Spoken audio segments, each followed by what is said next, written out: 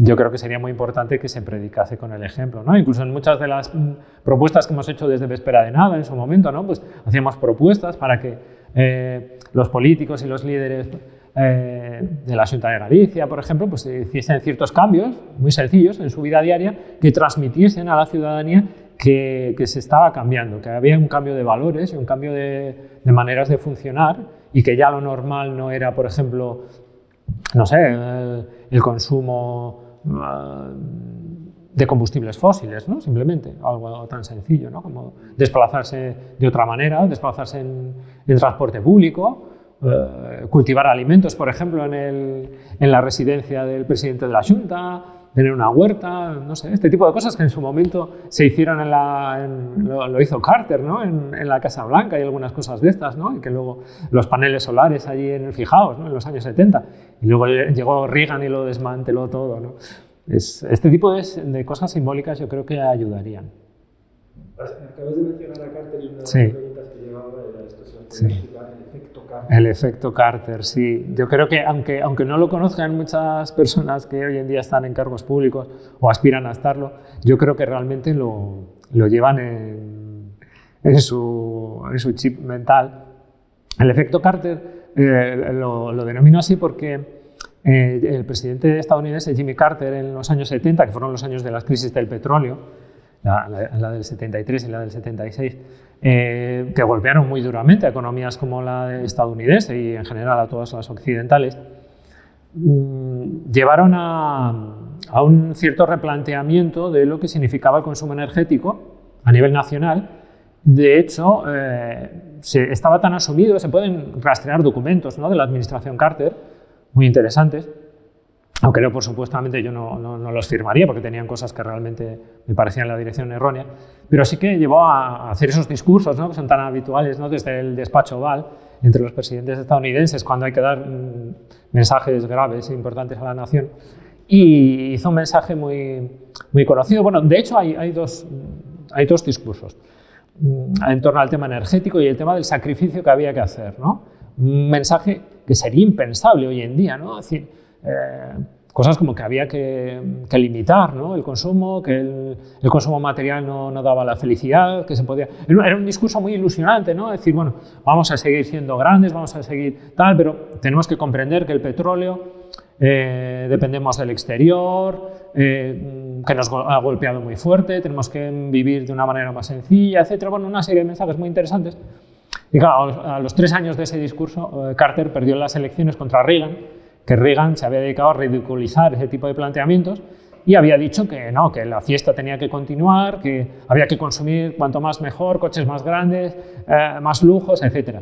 Y tuvo la inmensa suerte de que se descubrieron yacimientos de petróleo en Alaska y se pudo... Es decir, la realidad le dio la razón durante unas pocas décadas. Y entonces yo creo que la gente hoy en día tiene miedo a que le pase como a Carter, ¿no? Relacionan aquellos discursos con la pérdida de las elecciones y la pérdida del poder. Es decir, si yo digo ahora lo que hay que hacer, la gente me va a retirar su apoyo porque le va a sonar muy sacrificado y va a haber alguien más que le va a decir lo contrario y le van a preferir a él, porque si fuera un discurso homogéneo y todas las fuerzas de izquierda a derecha dijeran sí, efectivamente, las vamos a pasar muy putas, y entonces, bueno, pues tenemos diferentes maneras de afrontarlo, pero es muy difícil decir ese mensaje cuando sabes que tu opositor o tus opositores van a dar el mensaje contrario, es decir, este es un cenizo y aquí tenemos que seguir disfrutando porque nos lo merecemos y tenemos recursos suficientes y aquí no pasa nada. Es un discurso también muy de Trump, ¿no? Muy moderno, muy, por desgracia, muy actual, ¿no? Lo estamos viendo en este tipo de líderes, o en Bolsonaro, etc.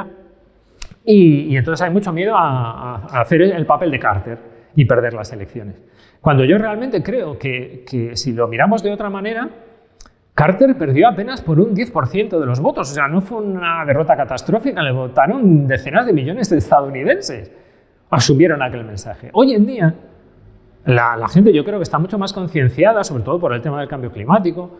Hay encuestas que se han hecho en países como en Francia, como en España, que demuestran que la gente, si se lo explicas, si le dices que es necesario por el tema del cambio climático, por ejemplo, que está mucho más asumido que el declive energético, están dispuestos a renunciar, por ejemplo, a la obsesión por el crecimiento, que es uno de nuestros grandes problemas, uno de nuestras grandes autolimitaciones que nos imponemos a nuestras políticas. ¿Quién nos manda poner al PIB en un tótem y adorarlo? ¿Quién? O sea, si es una medida macroeconómica que se creó hace décadas, coyunturalmente, y que nadie pensaba que iba a durar hasta hoy en día. O sea, los que crearon ese indicador macroeconómico no lo estaban colocando en un altar, o sea, eso se colocó posteriormente, ¿no? Entonces, yo creo que la gente hoy en día asumiría mucho mejor que los coetáneos de Carter, asumirían mucho mejor ese mensaje, sobre todo si a la gente se le dice la verdad y se hace ilusionante, de una manera ilusionante, vamos a vivir de otra manera, que nadie tenga miedo, ¿no? Nadie se va a quedar atrás, ¿no? Como es el famoso lema este del que se abusa tanto hoy en día. Y bueno, y si se va a quedar alguien atrás, pues van a ser los ricos, ¿no? Bueno, quizás no haga falta explicitarlo así, ¿no? Pero a lo que me refiero es que ese efecto Carter se le podría dar la vuelta, ¿no? Ese miedo, se le podría ver la botella medio llena y decir, es que a Carter le votó el 40% de los estadounidenses que ni siquiera había cambio climático por aquel entonces, ni siquiera habían sufrido huracanes o temperaturas gélidas en Texas. O sea, fijaos hoy en día ya, con todo lo que ha golpeado el cambio climático a Estados Unidos, y no solamente eso, sino la pandemia, que se puede enlazar muy fácilmente con todo esto, la destrucción de los ecosistemas. A la gente se le puede explicar muy bien, como dice Yayo Herrero. La gente no es tonta, a la gente le explicas esto y lo entiende enseguida. Y entonces yo creo que ese miedo es bastante infundado, pero bueno, lo comprendo porque el miedo es libre y existe ese gran precedente histórico de Carter que, bueno, después ya vimos lo que trajo su derrota, ¿no?